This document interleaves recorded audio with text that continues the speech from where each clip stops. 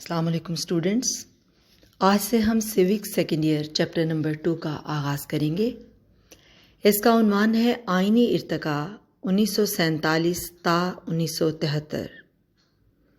اس کا پہلا حصہ ہے آئین کا تاریخی اجمالی جائزہ 1947 تا 1956، a brief historical outlook on constitutional development from 1947 to 1956۔ بچوں، آپ نے 1857 سے لے کر 1947 تک کے حالات و واقعات کو اسٹڈی کیا۔ 1857 کی جنگ آزادی کی ناکامی کے بعد مسلمانوں کی حالت بے حد ابتر تھی۔ وہ معاشی، سیاسی، سماجی اور مذہبی اعتبار سے مشکلات کا شکار تھے۔ انگریز ایک حقیقت بن کر ان کے سیاسی نظام پر اپنا اقتدار و اختیار قائم کر چکے تھے۔ ایسے میں سر سید احمد خان نے مسلمانوں کو رہنمائی فراہم کی۔ آپ نے مسلمانوں کو انگلش نظام تعلیم سے متعارف کرایا اور متعدد تعلیمی اداروں کی بنیاد رکھ کر ان کی تعلیمی حالت کی اصلاح کی کوشش کی۔ آپ نے مسلمانوں کو پارلیمانی نظام سے دور رہنے کی تلقین کی۔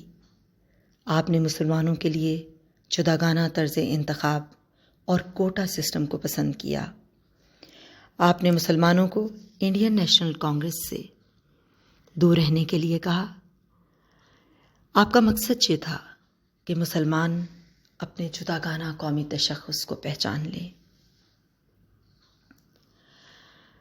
20ویں صدی کا آغاز ہوا تو مسلمانوں نے شملہ وفد کے ذریعے، لکھنؤ پیکٹ کے ذریعے، 1929 کے 14 نکات کے ذریعے اپنے اسی جداگانہ قومی تشخص کو برقرار رکھنے کے لیے الگ نشستوں کی تخصیص کا مطالبہ جاری رکھا۔ 1909 کی منٹو مارلے اصلاحات میں، 1919 کی مونٹیگ چیمسفورڈ ریفارمز میں اور 1935 کے انڈیا ایکٹ میں مسلمانوں کے اس مطالبے کو انگریزوں نے تسلیم کر لیا، لیکن ہندو اس مطالبے کو ماننے سے بار بار انکار کرتے رہے۔ 1930 میں مسلمانوں نے خطبہ الہ آباد کے ذریعے اور 1940 میں قرارداد پاکستان کے ذریعے اپنے لیے ایک علیحدہ وطن کے قیام کا مطالبہ بھی کر دیا۔ کابینہ مشن پلان کے ذریعے ہونے والے الیکشن میں مسلم لیگ کی شاندار کامیابی نے اس بات کو واضح کر دیا کہ 100% مسلمان ایک علیحدہ اسلامی مملکت کا قیام چاہتے ہیں۔ یوں 3 جون پلان کے ذریعے انگریزوں نے بر صغیر کو 2 الگ مملکتوں میں تقسیم کر دیا۔ بچوں، الگ وطن کا قیام آسان کام نہیں تھا، مگر اس سے بھی زیادہ مشکل کام نئی مملکت کو سنبھالنا تھا۔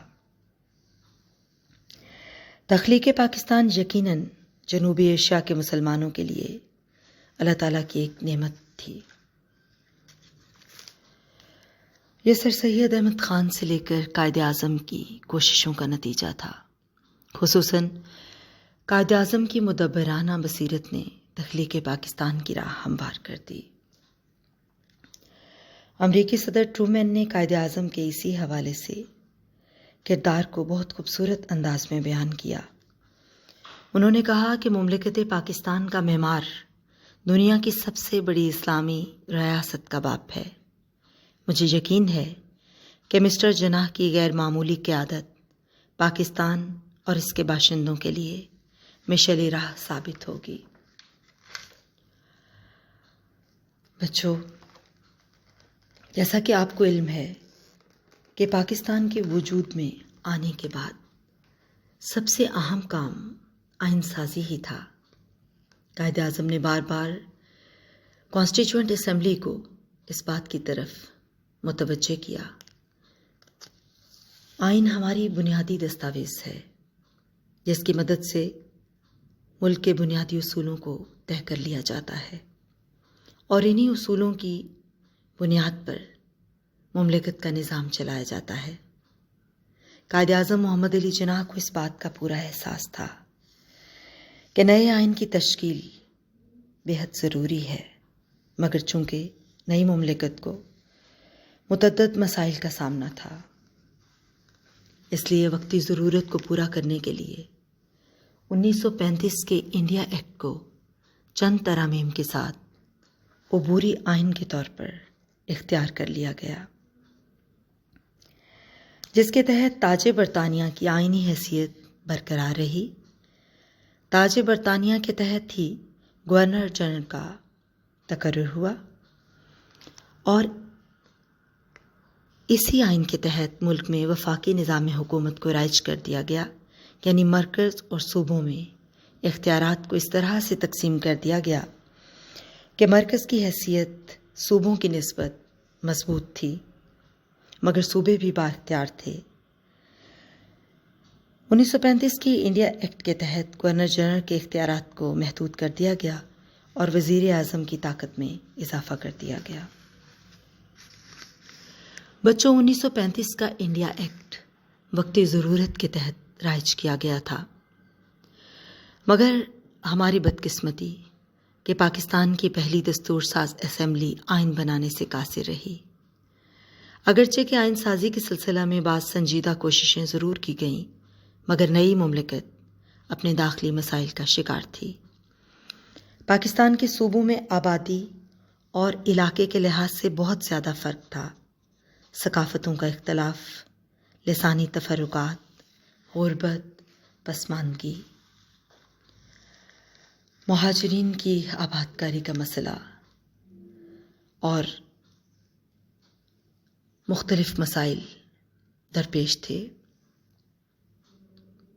اسی وجہ سے پاکستان کے صوبے ایک متفقہ آئینی فارمولے کو قبول کرنے سے قاصر رہے۔ اختلافات کی خلیج نے صوبوں کے درمیان فاصلوں کو بڑھا دیا اور آئین سازی کا عمل تعطل کا شکار ہوا۔